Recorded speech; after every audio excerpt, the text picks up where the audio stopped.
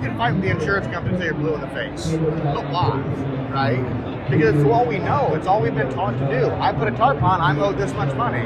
Well, if you explain why and justify it the right way, it's real easy. The adjusters are happy to pay the bills. People in our industry believe the insurance adjuster is the bad guy. The reality is the insurance carrier and the attorneys behind the policies are the bad guy. The insurance adjuster, all he wants to do is get the paperwork off his desk and get paid. Well, if you provide him what he needs to be able to accomplish that, your life gets a whole lot easier. Did you just say don't hate the player, hate the game? That's right. Eric Ford, Disaster Solutions. We joke, right? We do everything that roofers and insurance carriers suck at. Is that right? Yeah, it's kind of the model. That's the tagline. Yeah. Okay. You know, I was in the roofing game for 12 years. Chased storms all over the country. Exited that and started developing a managed repair program with a couple of major carriers. Had a really good time doing that until it got so carrier driven that we just really couldn't endorse it anymore. And so at the end of this 16-year span of working one on the storm side, two on the carrier side, kind of sat back and said, boy, what are some common themes that both sides suck at, right? And so what we came up with was emergency services, right? Dry ins, dry outs, tree removal. Nobody knows how to deal with it. Nobody knows how to build for it. Nobody can get to it fast enough. Second end of that is scoping and estimating, right? Properly scoping damages, properly estimating it, making sure that we're writing it in a way that the policyholder is going to be indemnified correctly. And the other big ones are windows, right? When I was selling roofs, windows was a curse word. We ordered a window, we sold a window, our head was put on a platter. And rightfully so, right? They're really complicated, but the reality of it is the carriers don't understand it, contractors don't understand it. So we've taken all these problems and done our best to turn them into solutions, if that makes sense. Yeah, so I mean, but because a lot of people say they do it better, right? Sure. We're definitely at a win the storm. Everybody claims that they do everything better, what people suck at. What makes your process better? Sure. So a lot of it depends on which item we're talking about. Talk about emergency services from jump, right? A lot of roofers here. A lot of roofers can get a tarp on a roof, right? A lot of roofers can figure out how to get a tree off a roof. They can figure out how to buy some fans and dry something out, right? What they don't do is get it done the right way, and they don't know how to bill for it properly. So in that world, you look at all these groups, right? And everybody's always talking about how much do you bill for tarps? How many times have you seen that question on the groups? And it's constant, right? And everybody gives you a different answer. So what we do is we start off with proper documentation. Photographing all of the shingles that are missing on the roof, photographing the active leak inside the house, photographing the crew that's coming out there having harnesses on. We're going to go ahead and tarp it the same way that it's dictated by FEMA and the Army Corps of Engineers. So 1x4 around the perimeter of the property, rolled inside a heavy mill tarp, 1x4 furring strips all the way across the surface. How do you build for it? We build for it just like you build for a roof. We put together a square footage price on the tarp, a linear foot for the 1x4s, linear foot for the 2x4s, an emergency services call. Couple that with backup documentation from the Army Corps of Engineers and from FEMA and from OSHA regarding why we had to do things the way we did it.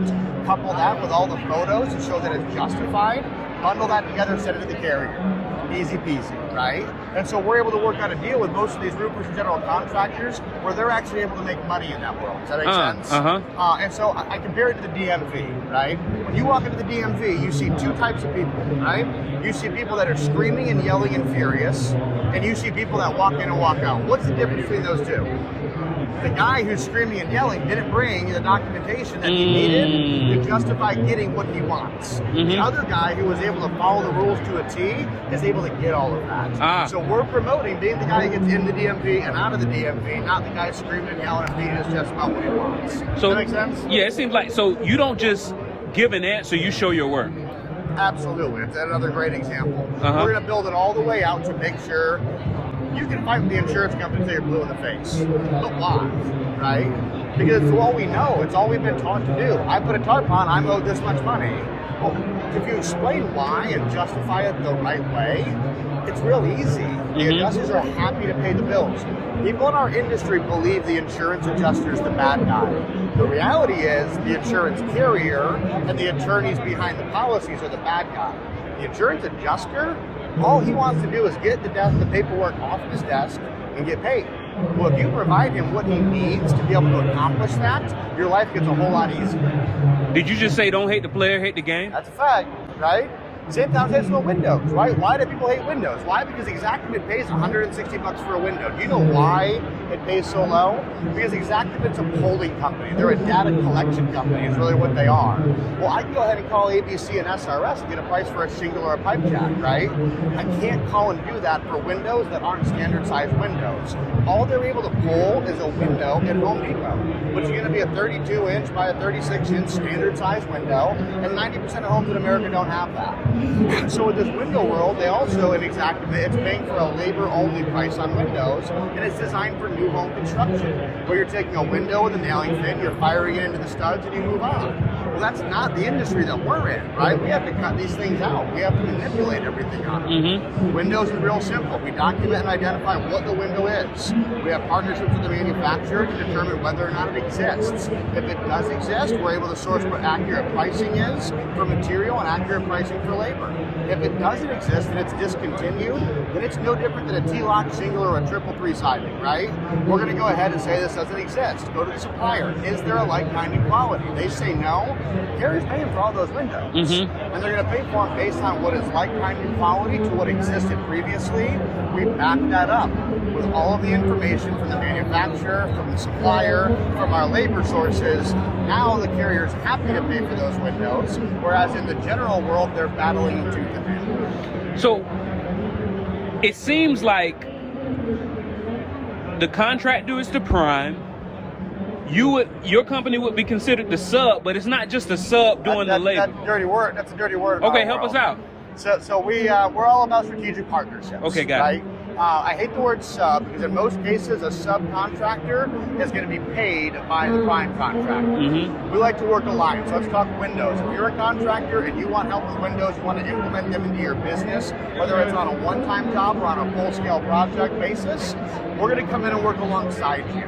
You get a job, you have us come out, we inspect it. We engage in a contract with the customer to facilitate the work that needs to be done. We deal with the carrier, we deal with the manufacturer, we deal with the install, we deal with the payment. What do you get? You get the 20% overhead and profit on those windows. And if you didn't have it previously, you're likely going to get overhead and profit on the entire job. One of the ways we support our contractors, if we're doing the windows aren't windows, right? Windows are multiple trades. So if I'm doing windows with you, I put together a really nice letter that says, hey, we've secured the window job with Mike. You're the general contractor on this job. We're going to need you to facilitate our access to the property and management of the project. On Monday, we need you to be out there while we have our siders remove the siding. On Tuesday, we need you out there for the window. On Wednesday, we need you for the carpentry on the jam and casing. And on Thursday, we need you for the drywall and the painting.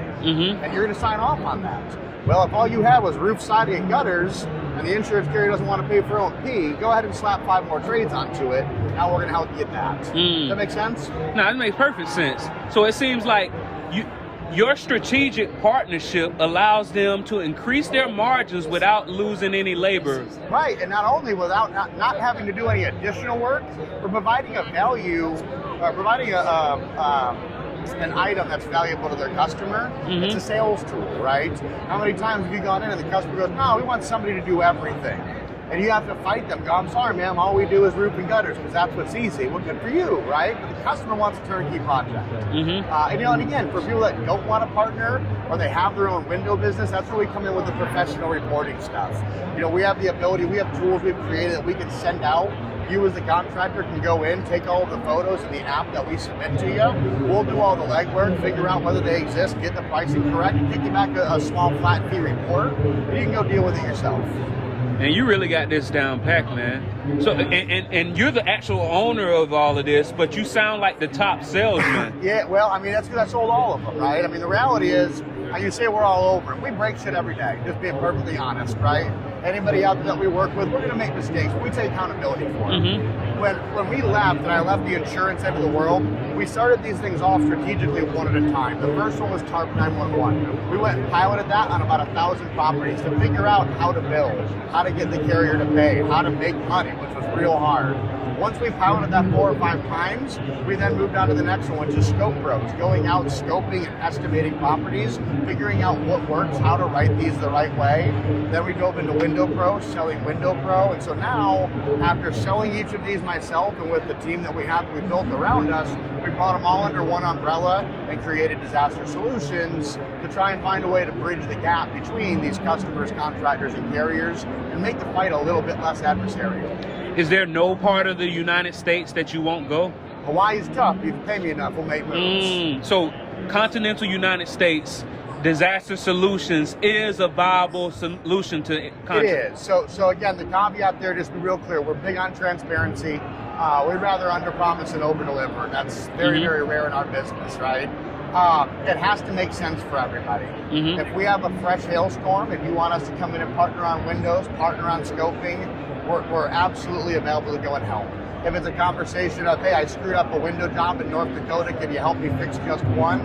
That's not a partnership, right? Got it. And what I said before is, I'm real big on strategic partnerships. We want to work together for a greater cause. The one-offs we can help with in the right scenarios, but for the most part, we're available to deploy anybody within 72 hours anywhere in the nation if the event and the partnership connotes it. So what equals good volume to you? Is it 10 per month? Is it 20 per month? What equals good volume? That all depends on the size of the house. Okay, got it.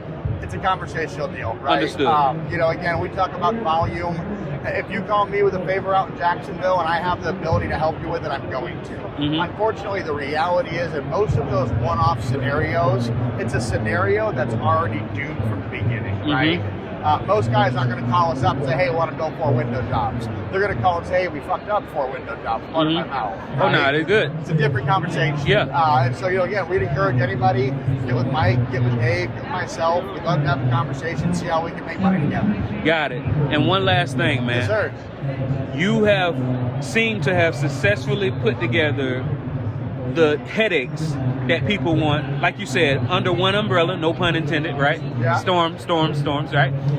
What's something that somebody that's looking to build a business like yours, what's something that they should pay attention to in the beginning and before it's too late?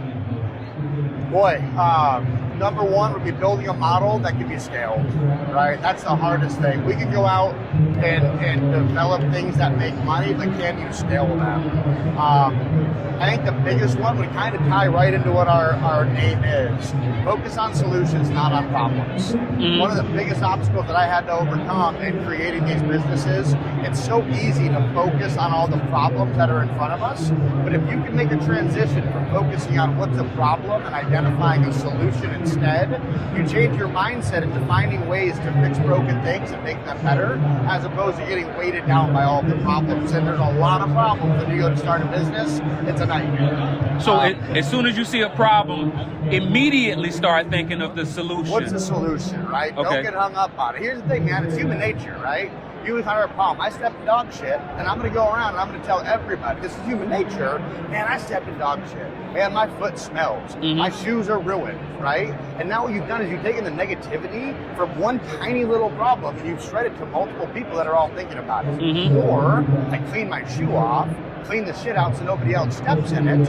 Now we're spreading positivity. Nobody else gets shit on the shoes. And I'm not going down and answering throughout the venue over a problem I had. No problems, just solutions. So handle the problem and try to fix it to where somebody that's in your orbit doesn't run into the same problem. That's right, man. If we're not helping each other, we're not helping anybody. Got it. Clean your shoe, remove the stuff. Absolute. Hey, you know. Absolute. Hey, you know. Absolute. Hey, you know. Once again, tell people who you are, what you do, and how to get in touch. Derek Ford, Disaster Solutions. We create solutions out of problems. Contact myself, Mike Abernathy, David Summerly. Get us on Facebook. Love to help. Thank you so much. Thank you.